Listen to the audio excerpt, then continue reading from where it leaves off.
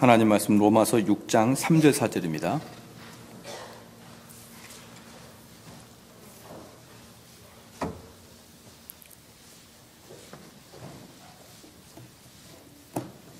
로마서 6장 3절 4절 말씀입니다.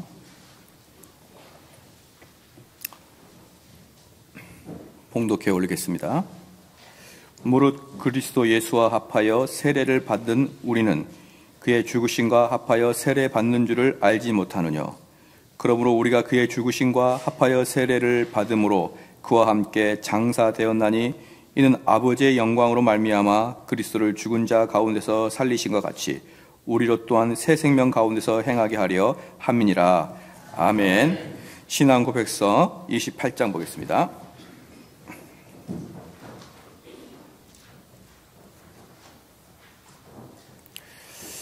신앙고백서 28장 1항부터 7항까지 오늘 다 보겠습니다. 1항부터 7항까지 보겠습니다.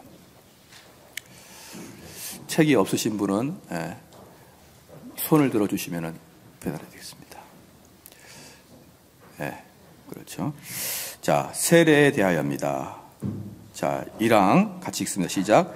세례는 예수 그리스도께서 제정하신 신약의 성례로서 세례받는 대상을 유형교회에 엄숙하게 받아들일 뿐만 아니라 그에겐 은혜 언약과 그리스도의 접붙임이 된 것과 중생과 죄사함과 예수 그리스도를 통하여 새 생명 가운데로 행하기로 하나님께 헌신하는 표와 인침이 됩니다. 이 성례는 그리스도께서 친히 명하신 것이기에 세상 끝날까지 그분의 교회 안에서 계속 집행되어야 한다. 이 성례에 사용되어야 하는 외형적인 요소는 물이며 세례 대상은 물로 성부와 성자와 성령의 이름으로 세례를 받되 합법적으로 부름받은 복음 사역자에 의해 집례되어야 된다. 세례받은 사람을 물속에 잠기게 하는 것이 필요하지 않으며 그 사람 머리 위에 물을 붓거나 뿌림으로 올바르게 세례를 집행하도록 한다. 그리스도에 대한 믿음과 순종을 실제로 고백한 자들뿐만 아니라 양친이 다 믿거나 어느 한편만 믿는 집의 유아들도 세례를 받아야 된다. 이 의식을 모독하거나 무시하는 것은 커다란 죄가 된다. 하지만 세례 의식의 은혜와 구원이 불가분하게 속해 있는 것이 아니기에 세례를 안 받았다고 해서 그 사람이 중생할 수 없다거나 구원을 못 받는 것은 아니다. 세례의 여력은 그것에 집행하는 데는 그 순간에 묶여 있는 것이 아니다.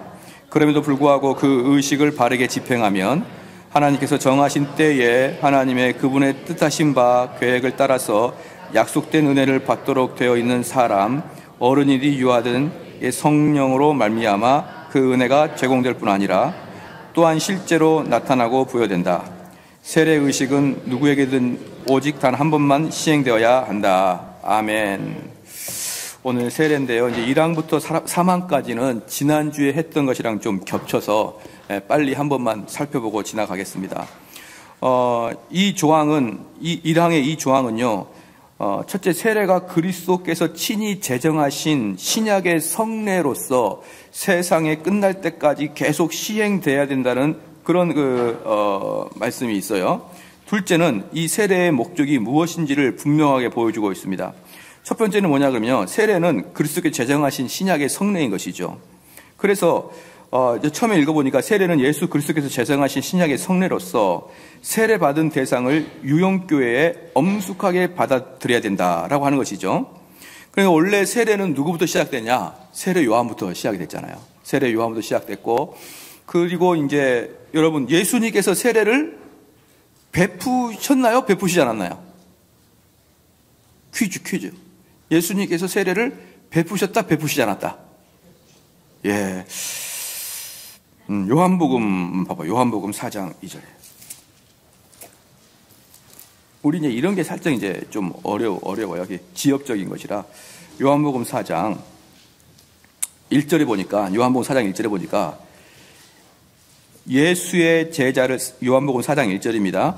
예수의 제자를 삼고 세례를 주는 것이 요한보다 많다 하는 말을 바리새인들이 들은 줄을 주께서 아신지라. 즉 무슨 말입니까? 세례 요한보다 예수님의 계열이 더 세례를 많이 주고 있다라는 것을 이제 알았어요.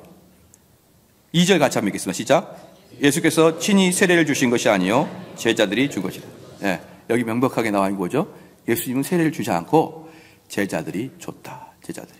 그렇죠.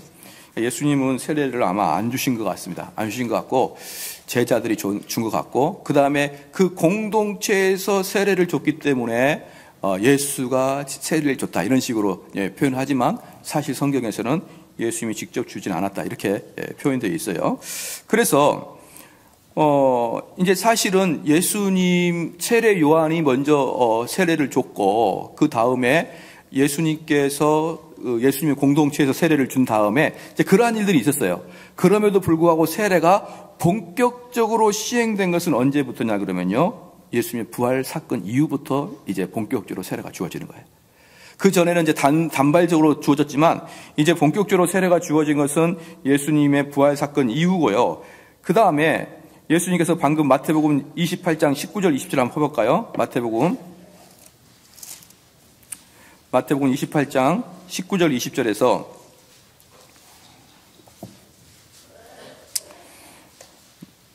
여기서 그러므로 너희는 가서 모든 족속으로 제자를 삼아 아버지와 아들과 성령의 이름으로 세례를 주고 내가 너에게 분부한 모든 것을 가르쳐 지키게 하라. 볼지어다 내가 세상 끝날까지 너희와 항상 함께 있으리라 하시니라.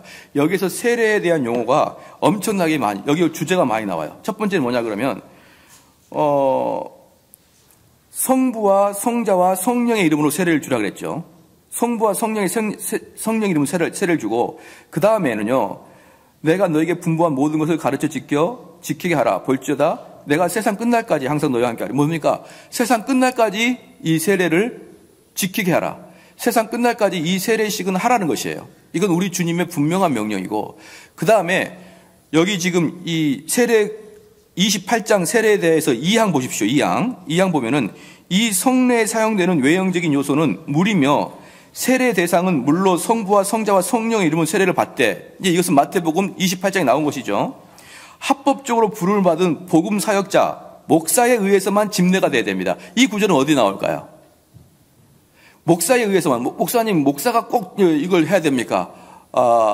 라는 그 목사가 집례를 해야 된다라는 그 이유는 어디서 찾아야 될까요? 이거 보십시오. 마태복음 28장 20절에 내가 너희에게 분부한 모든 것을 가르쳐 지키게 하는 자예요. 그러니까 하나님 말씀을 가르치고 지키게 하는 그 자가 세례를 주라 이 말입니다. 그래서 이 당시 이후부터요, 초대 교부 시대 때도 지금까지 어떤 경우에도 평신도가 세례를 준 적이 없습니다. 항상 말씀을 가르치는 그 사역자, 말씀을 가르치는 사역자에 의해서 세례가 주어지게 되어 있던 것이죠. 그렇기 때문에 여기에 있는 그 신앙 고백서들 몇면은, 신앙 고백서 나와 있던 몇면들은 그냥 사람들의 아이디어로 이렇게 하나씩 적어간 게 아니고 다 성경에서 그렇게 말하니까 그것을 모아서 이야기하는 것이죠. 어떤 분들은 그렇게 이야기하는 경우가 있어요. 웨스트민스터 신앙 고백서도 어차피 사람이 만든 거 아니냐. 여러분, 이 신앙 고백서가 지금 좀 미흡한 점이 뭐죠? 미흡한 점이 우리가 우리 거 교과서 성경 구절이 안 써 있어요. 성경 구절이 원래 본문에는 성경 구절이 써 있거든요. 그걸 보면은 성경 구절이 안 써 있어서 그렇지 성경 구절이 써 있으면은 거의 성경 구절로 도배가 돼 있어요. 여기에. 즉 신앙 고백서라는 것은 우리들이 어떻게 하나님을 섬길 것인가를 논의해서 쓴 게 아니고 성경이 하라는 것을 모아서 쓴 거예요.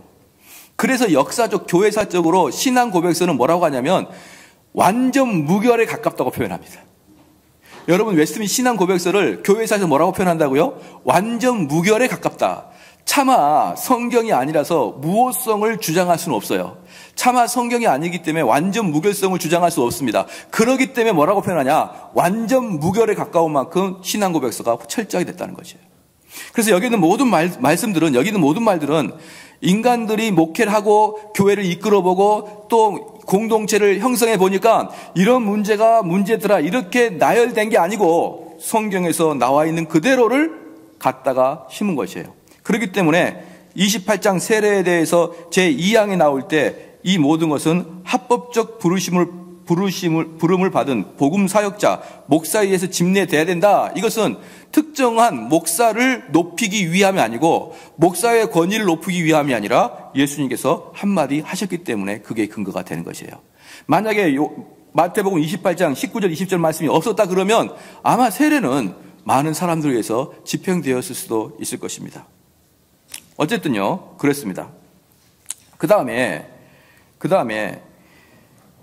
이 세례를 베풀지 아니하는 기독교 종파는 전 세계에서 예수님을 섬기는 종파 중에 세례를 섬기지 않는 곳은 퀘이커 교도밖에 없어요. 퀘이커 교도는 그 당시에는 아직 성령에 충만하지 아니한 시대였기 때문에 그 당시에는 그렇게 세례를 줬어도 지금의 복음의 시대는 성령으로 세례를 받으면 된다라고 말하는 게 퀘이커. 그리고 또 하나 우리도 이렇게 얘기하죠.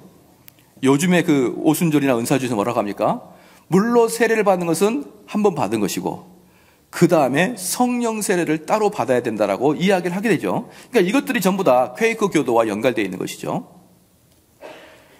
그 다음에 1항 보겠습니다. 다시 1항 두 번째 줄 후반부에 그에게는 은혜 언약과 그리스도에게 접붙임이 된 것과 중생과 죄사함과 예수 그리스도를 통하여 새 생명 가운데 행하기로 하나님께 헌신하는 표와 인침입니다. 바로 여기서 중요한 게 뭐냐면 세례에 있을 때 은혜의 언약과 그리고 그리스도의 접붙임이 무엇인지에 대해서 분명히 배워야 된다는 것이죠.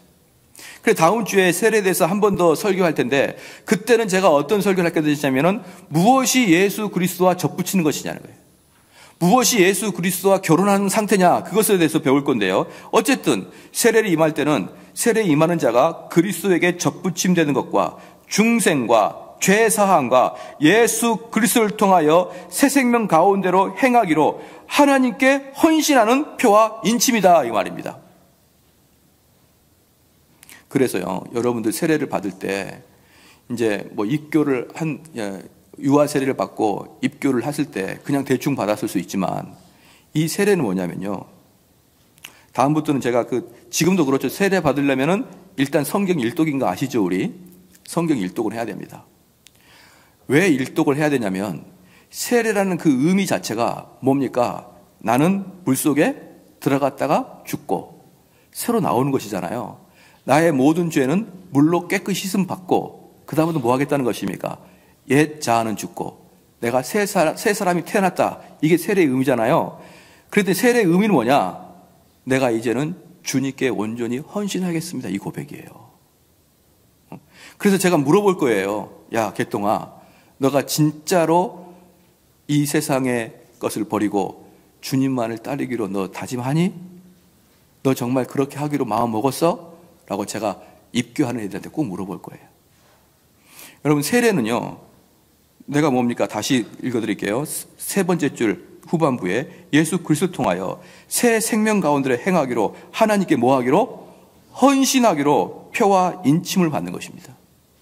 그러니까 그 자는 어떤 자입니까? 내가 학교 다니면서 학생들일 테니까 또는 일반인이기 때문에 내가 지금까지 이 세상의 물욕에 의해서 살았다 그러면 내가 이 세상에서 성공 출세를 목표 살았다 그러면 그 세례를 받은 기점을 통하여 무엇을 해야 되느냐? 모든 사람들과 성도들과 하나님 앞에 나는 이제 하나님께 헌신하기로 이전에 홍길동이는 죽은 것으로 여러분 앞에 선서합니다. 이게 세례예요.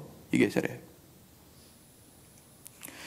나는 그러한 헌신과 그러한 표를 받지 않고 세례를 받았다고 하시는 분들은 이제 당신들이 세례받은 것이 무슨 뜻인 걸 알고 그렇게 헌신하기를 주님을 축원합니다.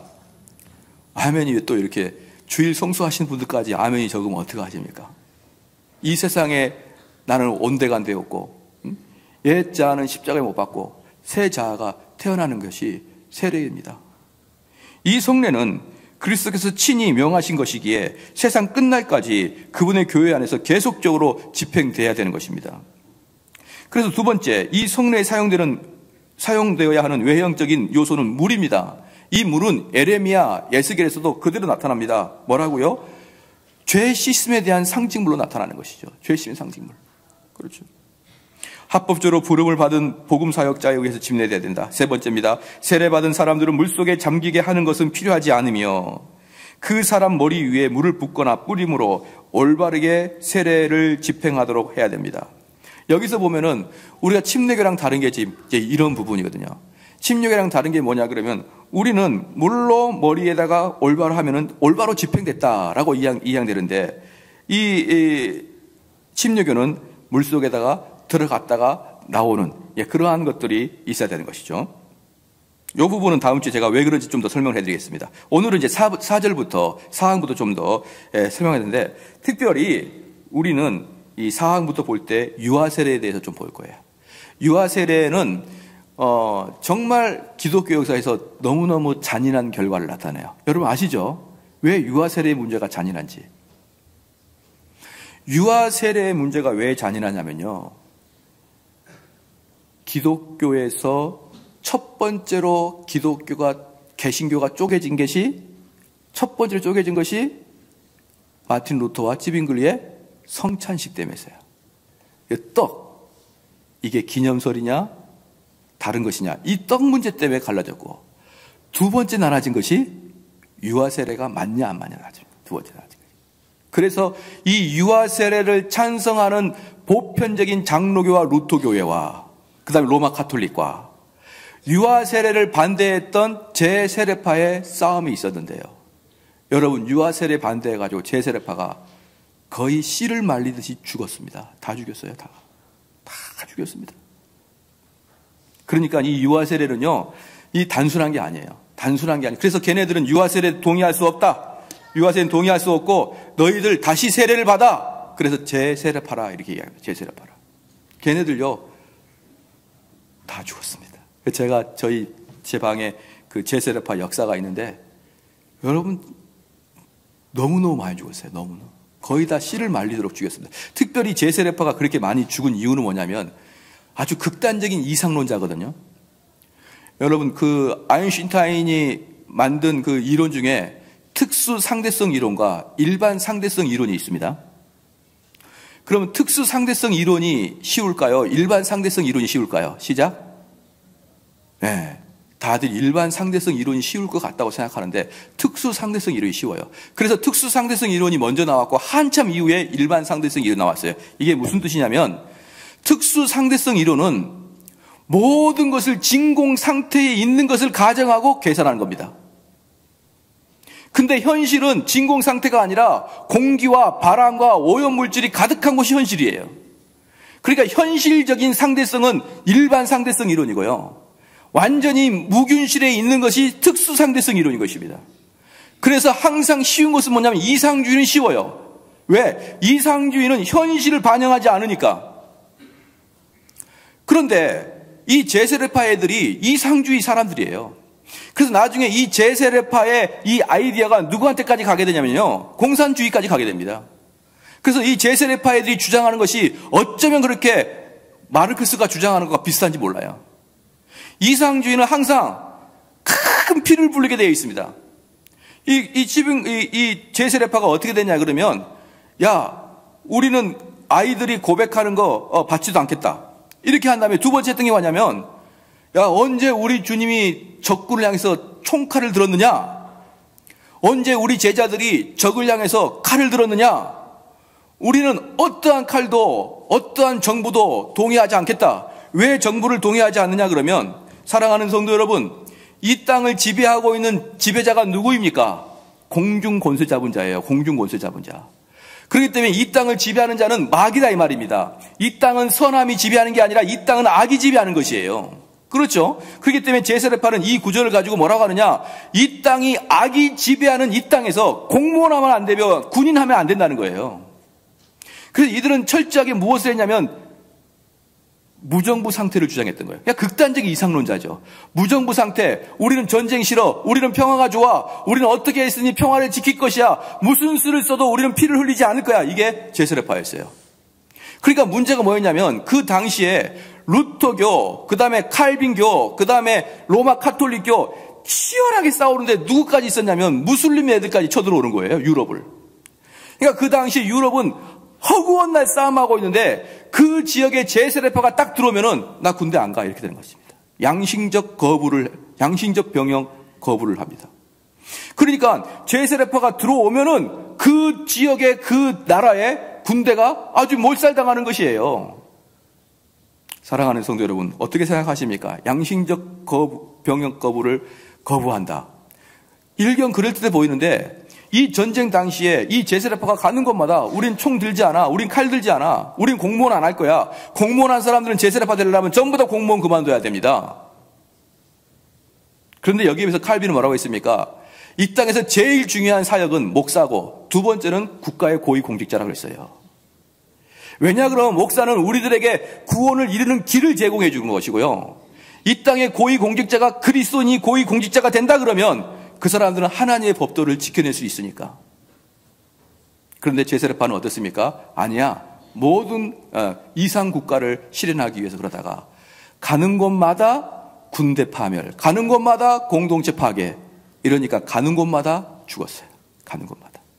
그래서 이들이 꼭 제세례파가 유아세례 문제 때문에 사람이 다 죽은 것이 아니고 결국은 가는 곳마다 국가의 근간을 흔들흔들해서 루터교 애들이 그렇게 많이 죽였고요. 로마 카톨릭이 그렇게 많이 죽였습니다. 여러분 거의 다 죽었어요.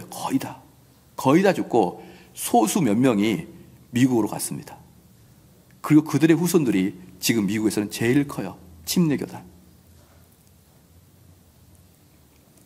그런데 어쨌든 그것의 시작은 유아세례 문제였습니다. 유아세례를 주느냐 안 주느냐. 그래서 4번에 사항에 보니까 같이 한번 읽을까요? 시작.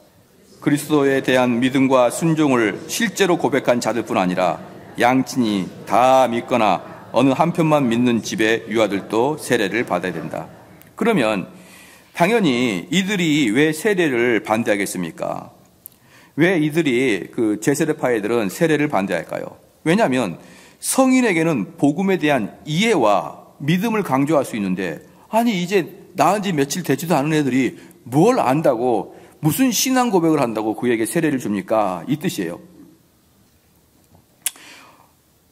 여러분 어떻게 생각합니까? 이 아이들은 구원에 대한 참다운 도도 모르고요. 은혜가 무엇인지도 모르고 심지어 자기가 어떤 죄인인지도 깨닫지 못하는 자에게 어떻게 복음을 그에게 세례를 베풀 수 있다 이 말입니까? 하나님의 구원의 은혜는 복음을 이해하고 어떻게 받아들이냐에 달려있는데 궁극적으로 이 아이는 아무것도 모르지 않습니까? 라고 계속 얘기했던 거예요. 즉 제세례파는 계속적으로 이야기한 게 뭐냐면 세례는 얘가 받는데 얘는 아무것도 모르잖아요. 세례는 누가 받아야 되는데 시작. 세례는 자기의 신앙 고백을 입으로 하는 자들에 의해서 세례를 받아야 되는데 왜 입으로 신앙 고백을 하지 않는 아이들에게 세례를 줍니까? 라고 했던 것입니다. 그런데 사랑하는 성도 여러분, 우리 장로교에서는 이 유아 세례를 주는 근거는 무엇입니까? 그것은 바로 아브라함의 할례에서 찾아요. 아브라함의 할례에서. 아브라함의 할례는 어떤 것이냐 그러면 창세기 15장에 믿음으로 의롭다 여김을 받은 이 창세기 15장에서 이 할례를 받은 다음에 믿음으로 의롭다함을 창세기 15장에서 받고 창세기 17장에서 낳은 지 8일 만에 아들들은 전부 다 할례를 받게 했습니다. 그럼 이것이 무엇이냐? 잘 보시기 바랍니다. 창세기 15장에는 믿음으로 의롭다함을 받았어요. 그렇기 때문에 할례의 유무를 떠나서 믿음으로 의롭다함을 받았습니다. 그리고 믿음으로 의롭다함을 받은 이후에 창세기 17장에 그 집안의 의로워짐에 대한 상징으로 할례를 베푸는데 그때 할례를 베풀 때 얘들까지 다 베풀었단 말이에요. 얘들까지. 그러니까 그 믿음의 공동체에서 그들한테 믿음을 정확하게 묻고 신앙 고백을 듣고 할례를 행한 것이 아니라 낳은 지 8일 만에 모든 아이들을 할례를 했습니다. 그러므로 우리 장로교회는 신앙 고백에 의해서 세례를 받는 게 아니고 특별히 유아 세례를 받는 게 아니고 우리는 은혜 언약 공동체라는 개념으로 세례를 받는 거예요. 은혜 언약 공동체. 그래서 쉽게 말씀드리면 우리는 은혜를 받는데 우리 개혁주의의 전통 중에 하나가 뭐냐면 은혜의 언약의 통일성입니다. 은혜의 언약의 통일성. 그럼 한번 물어볼게요. 여러분들이 세례를 받을 때 내가 이 믿음에 대한 선서를 하고 내가 이 신앙 고백서를 받아들이겠습니다 라고 세례를 받았죠. 그럼 그때 구원 받습니까? 그때 구원 받는 게 아닙니까? 시작. 무슨 말인지 잘 모르시나 본데요. 다시요. 내가 세례를 받을 때 성부와 성자와 성령의 이름으로 세례를 받잖아요. 세례를 받을 때 그때 구원이 임합니까? 아니면 그때가 구원이 임할 때는 아닙니까? 예, 아마 제가 질문을 잘 못하는 것 같아요. 한마디로 세례 받는 그 효과 때문에 구원 받는 건 아니란 말이에요. 아시겠죠? 그러면 구원은 누가 받는 것이고 어떻게 받는 것입니까? 구원은 누가 받는 거예요? 선택된 자가 받는 거예요. 너희가 세례를 받는다고 구원받는 게 아니고 선택된 자가 믿음으로 말미암아 구원을 받는 것이지 너희가 세례를 받았기 때문에 구원을 받는 게 아니라는 것이죠. 그렇게 된다 그러면은 너희가 신앙 고백을 하고 네가 신앙 고백에 따라서 선서할 때 구원이 너에게 오지 않는 것처럼 이 아들도 자기가 입으로 고백하지 못해도 이 아이가 선택되었을 때 이 아이는 구원을 받을 수 있다는 거예요. 자, 무슨 말인지 아시겠죠? 좀 이해가 되십니까? 잘 제가 설득을 못하고 있는 것 같아요. 자, 그러면 이 유아 세례의 특징은 그거예요. 구원은 쉽게 말하면 장로교적 구원은 뭐냐? 이게 이제 구원론까지 들어가는 거예요. 너희들의 입술의 고백에 의해서 구원의 유무가 결정되지 않는다는 거예요. 근데 침례교는 뭡니까? 우리의 입술의 고백이 구원의 유무를 결정할 수도 있다는 거예요. 장로교는 그거 아니다. 너희들이 입술로 고백하지 않아도 심지어 너희가 세례를 받지 아니하더라도 만세전에 선택된 자는 구원을 받을 것이다. 예를 들어서 이런 겁니다. 누가복음 18장에 예수님이 계실 때 아이들이 막 달려왔어요. 그런데 그 아이들이 헬라어 원어로 보면은 품에 안기는 아이들도 있어요. 아장아장 걷거나 품에 안기는 아이들 정도의 아이들이었어요. 근데 그 아이들이 예수님께 오자 제자들이 야, 얘들은 저리 가라 이렇게 했거든요. 근데 우리 예수님께서 뭐라고 했습니까? 천국은 이런 자의 것이다 라고 했습니다. 천국은 이런 자의 것이다. 즉 그 아이가 복음을 이해하고 신앙 고백을 했는지 안 했는지 모르겠지만 상식적으로 그 아이가 복음을 이해하기는 어려웠을 것입니다. 그러나 그에게도 우리 주님께서 뭐라고 했습니까? 천국은 이 아이들의 것이다 라고 얘기했던 거죠. 그리고 또 하나 우리가 상식적으로 볼 수 있는 건 사도행전 16장에 보면은 빌립보 간수가 회심을 합니다. 그렇죠? 빌립보 간수가 회심을 했는데 그 빌립보 간수가 회심을 할 때 세례를 누구한테 줬나요?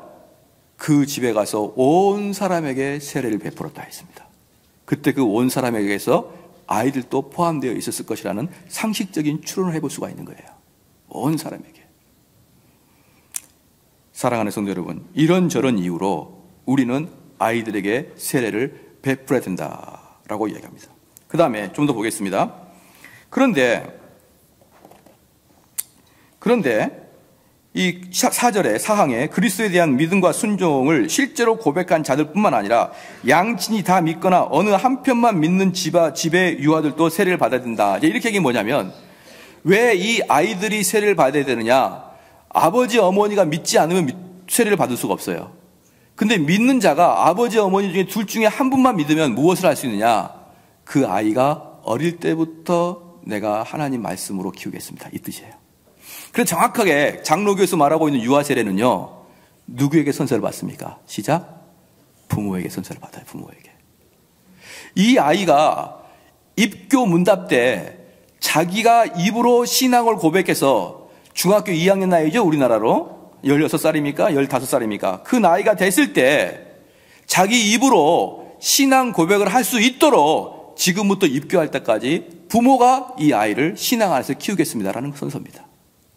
그래서 유아 세례는 필히 누가? 부모가 신앙생활을 해야 되고, 부모 중에 최소한 한쪽만이라도 신앙생활을 하는 사람들이 이 아이를 만인 앞에서 교회의 일원으로서 키우겠다고 선서하는 내용입니다.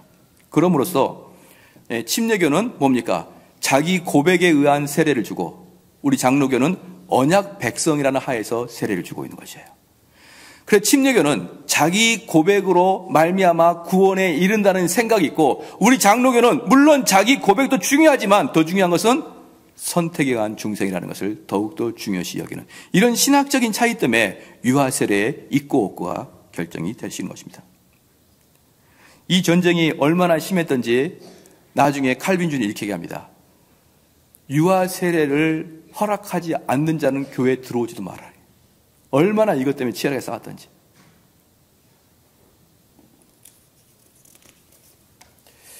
자, 고린도전서 한번 봅시다. 고린도전서 7장. 고린도전서 7장.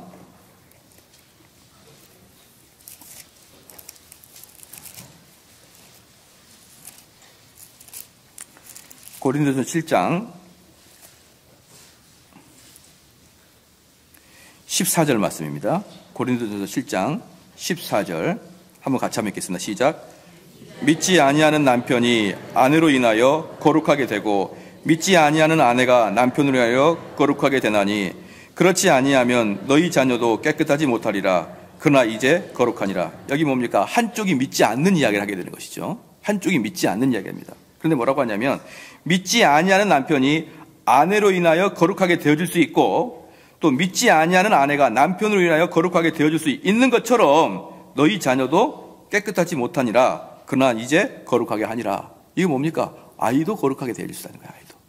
그러므로 유아 세례를 받은 사람들이요, 유아 세례를 받은 사람들은 그 아이들을 공예배에 데려와서 참여시켜야 될 의무가 있는 거예요. 그러니까 그 아이가 어릴 때부터 아무것도 몰라도 그 아이가 예배를 드릴 때 찡찡거리거나 심지어 자거나 깡깡 울거나 그럴지라도 그 아이를 공예배에 데리고 와서 그 아이가 어릴 때부터 경건한 능력과 경건한 행실들이 그 아이에게 들어갈 수 있도록 훈련을 시키는 것입니다. 훈련을. 특별히 이제 아장아장 걷는 아이들 있잖아요. 저희 교회는 이제 지금 다 어디 갔나 모르겠네요. 걔네들이. 그런 아이들이 예배 시간에 앉아서 똑바로 1시간 반 이상을 똑바로 앉아 있을 수 있도록 훈련을 시켜야 됩니다. 그러니까 보편적으로 우리 교회는 그나마 덜 하거든요. 하도 제가 말씀을 많이 하니까. 근데 어떤 교회는 보면요, 얘들이 지 마음대로 돌아다니는 거예요. 예배 시간에. 놔둬라. 그래도 예배당 온 게 낫지. 여러분, 그 아이가 어릴 때부터 느끼는 게 뭡니까? 예배당의 예배는 가벼운 거예요. 근데 내가 유아 교육을 받은 그 어머니는 이 아이가 어릴 때부터 최소한 예배 시간만큼은 정중하게 드릴 수 있도록 여러분이 양육을 해내야 됩니다. 할렐루야. 이러한 것이 유아 세례를 선서한 부모의 마음가짐이었어요. 그 다음에 좀 더 읽겠습니다. 그 다음에 5항입니다. 5항 읽겠습니다. 시작. 이 의식을 모독하거나 무시하는 것은 커다란 죄가 된다. 하지만 세례 의식의 은혜와 구원의 불가분에 속해 있는 것이 아니기에 세례를 안 받았다고 해서 그 사람의 중생될 수 없거나 구원을 받는 것은 아니다. 아까도 말씀드렸지만 우리가 세례를 받는다고 해서 그것이 구원과 직결되거나 세례를 받지 않는다고 해서 그것이 구원의 탈락을 이야기하지 않습니다. 예를 들어서요, 아브라함의 아들이 누굽니까? 아브라함의 아들은 이삭과 이스마엘이죠. 근데 이삭과 이스마엘은 상식적으로 생각해 보십시오. 태어난 지 8일 만에 둘 다 할례를 받았을 것이에요. 그렇죠? 우리로 말하면 세례를 받았단 말이죠. 그러나 세례를 받은 것과 상관없이 이삭은 구원받고 이스마엘은 버림받았잖아요. 자, 이삭의 아들은 누굽니까? 야곱과 에서이죠. 둘 다 낳은 지 8일 만에 할례를 받았을 것이에요. 그러나 할례를 받은 것과 상관없이 야곱은 구원받고 에서는 버림받았잖아요. 자, 그런 것처럼 우리가 세례를 주고 안 주고에 따라서 그 세례가 불가분 구원과 연결되어 있다고 말할 수는 없다. 그러나 5항의 맨 위에 이 의식을 모독하거나 무시하는 것은 죄다. 그런 걸 가볍게 여기고 이건 구원과 관계없구나. 그러면 대충 드리자. 아니 마음에 큰 부담감 없이 드리자. 그것은 죄다. 우리의 구원과 아무리 관계가 없어도 그것은 우리 주님께서 성실히 시행하라고 했기 때문에 지켜야 된다. 6항입니다. 같이 한번 읽을게요. 시작.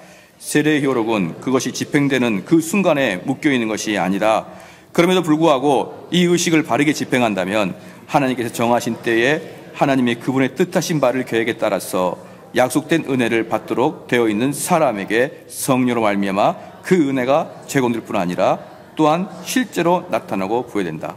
어떻습니까? 세례의 효력은 그때 당시에 주어지진 않아요. 그러니까 여러분들이 이제 이렇게 하면 돼요. 세례를 받을 때 성인이 돼서 세례를 받으면은 이 머리에 찬물이 탁 들어가면서 내가 하나님께 이렇게 세례를 받으니 참 감사합니다. 이 뜨거움이 울컥하거든요. 울컥해요.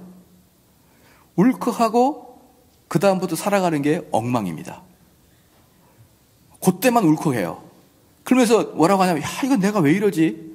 왜 이러지? 내가 세례 받았는데. 여러분 너무 걱정하지 마십시오. 그 세례 받을 때 효력이 그때 막 임한 게 아니에요.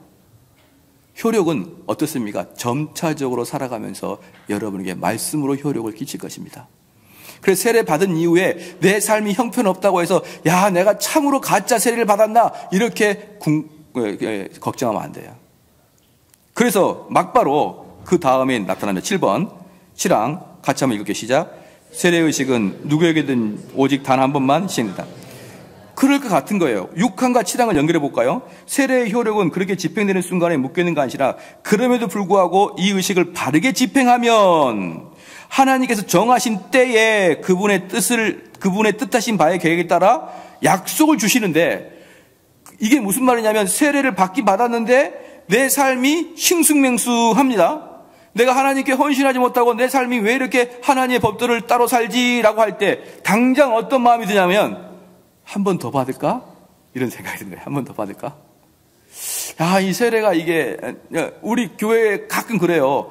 목사님, 제가 예전에 세례를 받았는데 군대에서 초코파이 때문에 받았어요. 목사님. 전혀 신앙 고백을 하지 않고 받았는데 목사님한테 성경고를 보니까 다시 제가 받고 싶어요. 여러분, 로마 카톨릭에서 영세 받아서 여기서 세례 안 줍니다. 이제. 지난번에 제가 말씀드렸잖아요. 아마 합동 측에서는 아마 작년에 로마 카톨릭에게 영세 받은 사람을 제 세례를 줘라라고 아마 결의가 됐을 거예요. 정확한 제가 기억이 안 나는데. 그러나 다른 교단은요. 로마 카톨릭에서 여러분의 이름이 안토니오라는 세례명을 받고 와도 그걸로 세례는 한 번이면 끝입니다. 여러분 어떻게 생각하십니까? 그래서 많은 사람들이 자기 신앙에 한 번 더 뜨거움을 추구하기 위해서 더 하나님께 헌신하고 싶어서 한 번 더 세례를 받고자 하는 순간에 여러분 뭐가 되는 거예요? 시작. 제세례파가 되는 거예요. 제세례파가. 나의 믿음의 고백, 진지함, 나의 그 바른 신앙 고백을 통해서 내가 신앙 고백을 하고 세례 받겠습니다. 그러는 순간에 제세례파가 됩니다. 우리는 세례 한 번이면 만족합니다. 아시겠죠? 다른 교회에서 세례 받았는데 목사님, 심지어는 목사님 저는 오순절에서 세례 받았는데 도대체 여기랑 신학이 틀려서 다시 받겠습니다. 여러분 절대 걱정하지 마세요. 그것 때문에 세례 다시 받는 게 아닙니다. 세례는 오직 한 번만, 온 인생을 거쳐 한 번만 받을 것이고 여러분이 뜨뜻미지근한 신앙이 있다면 말씀으로 계속 성화되시기를 주의 이름으로 축원합니다. 기도하겠습니다.